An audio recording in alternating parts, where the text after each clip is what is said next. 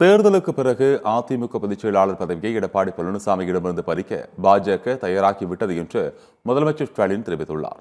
மதுரையில் நடைபெற்ற விழாவில் முன்னாள் முதலமைச்சர் ஓ பன்னீர்செல்வத்தின் ஆதரவாளர்கள் ஏராளமானோர் அதிமுகவிலிருந்து முதலமைச்சர் ஸ்டாலின் முன்னிலையில் திமுகவில் இணைந்தனர்.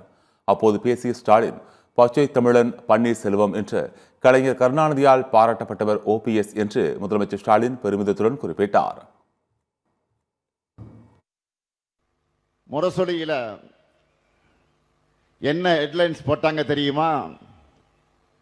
பச்சை தமிழர் பன்னீர்செல்வம் குறிப்பிட்டு செய்தியை வெளியிட்டாங்க.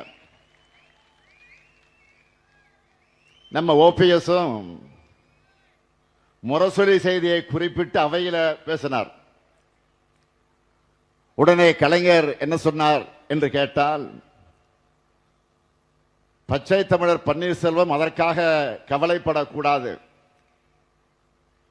பச்சை தமிழர்னு தந்தை பெரியார் அவர்கள் காமராசருக்கு பட்டமே கொடுத்திருக்கிறார், முரசு அடித்து கொடுத்திருக்கிறதுன்னு தலைவர் கலைஞர் சொன்னார். இப்படி தலைவர் கலைஞரால் பாராட்டப்பட்ட ஓ பன்னீர்செல்வம் அவர்கள் திராவிட முன்னேற்ற கழகத்தில் இணைஞ்சதை நினைச்சு நான் மிகுந்த மகிழ்ச்சி அடைகிறேன். தொடர்ந்து பேசிய முதலமைச்சர் ஸ்டாலின், பதவி கொடுத்த சசிகலாவை ஒருமையில் பேசியவர் எடப்பாடி பழனிசாமி என்று சாடினார். தேர்தலுக்கு பிறகு அதிமுக பொதுச் செயலாளர் பதவியை எடப்பாடி பழனிசாமியிடமிருந்து பறிக்க பாஜக தயாராகிவிட்டது என்றும் அவர் குறிப்பிட்டார். எம்ஜிஆர் உருவாக்கிய அதிமுக தற்போது யாருக்கோ அடிமை சேவகம் செய்வதாக விமர்சனம் செய்த ஸ்டாலின், அதிமுகவின் ரத்தத்தை பாஜக உறிஞ்சுகிறது என்றும் குறிப்பிட்டார்.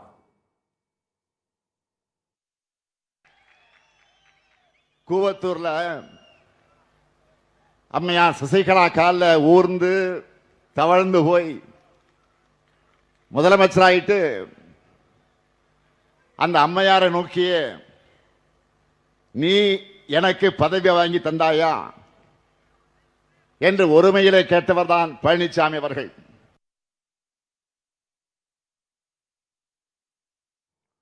இதைத் தொடர்ந்து பேசிய ஸ்டாலின், வரும் தேர்தலில் திமுக கூட்டணி 200 இடங்களுக்கு மேல் வெற்றி பெற்று மீண்டும் ஆட்சியமைக்கும் என்று உறுதிபட தெரிவித்தார்.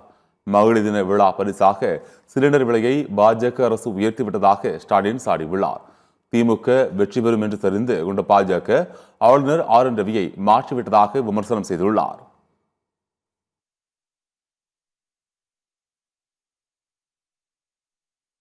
வெல்வோம் 200 என்று என்னால் தைரியமாக சொல்ல முடியுது. நான் உறுதியா சொல்றேன், வர சட்டமன்ற தேர்தலில் திமுக தலைமையிலான மதச்சார்பற்ற முற்போக்கு கூட்டணி 200க்கு அதிகமான தொகுதிகளில் வென்று மீண்டும் நாம் ஆட்சி அமைப்போம். திமுக தான் வெற்றி பெற போகுதுன்னு பாஜகவே நினைக்குது. அதனாலதான் நம்முடைய பிரச்சார பீரங்கியாக இருந்த ஆளுநர் திரு ரவி அவர்களை திடீர்னு மாத்திட்டாங்க. ஸ்டாலினுக்கு மறுபடியும் பதவி பிரமாணம் செஞ்சு வைக்கணும்னு விரக்தியில அவர் கிளம்பிட்டார்.